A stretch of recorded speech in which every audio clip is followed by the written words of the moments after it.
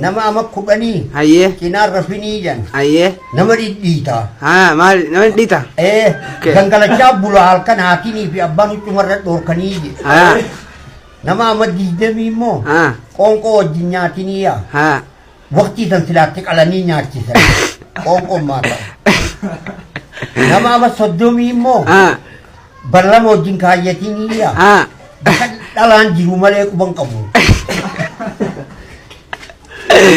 Nama amata 40 ittiin utaalinii je humnichisaa dhiira amata 40 guutamti.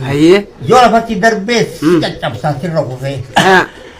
Nama ama 50 immoo barlama waa xiqqoo wajji kaayyadhuuya. Maal naan jedhanii waa xiqqoo baree. Nama amata 60 huccuun cufa fiinti guduunfuma. Carqaa fi faayidaa qabauma jaanuma fuudha.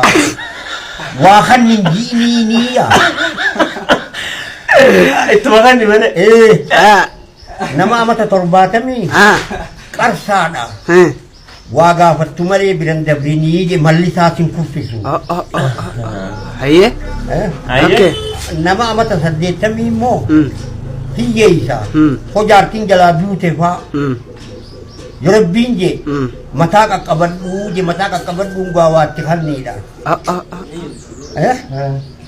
Mataa qaqqabadhuu je siifiin oofa.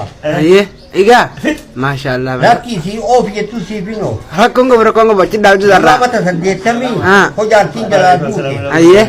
Sigaltee yorobbi je hiyyeessaa waatti kanni je. Intalaatu abbaa fedhaa jan. Hayyee.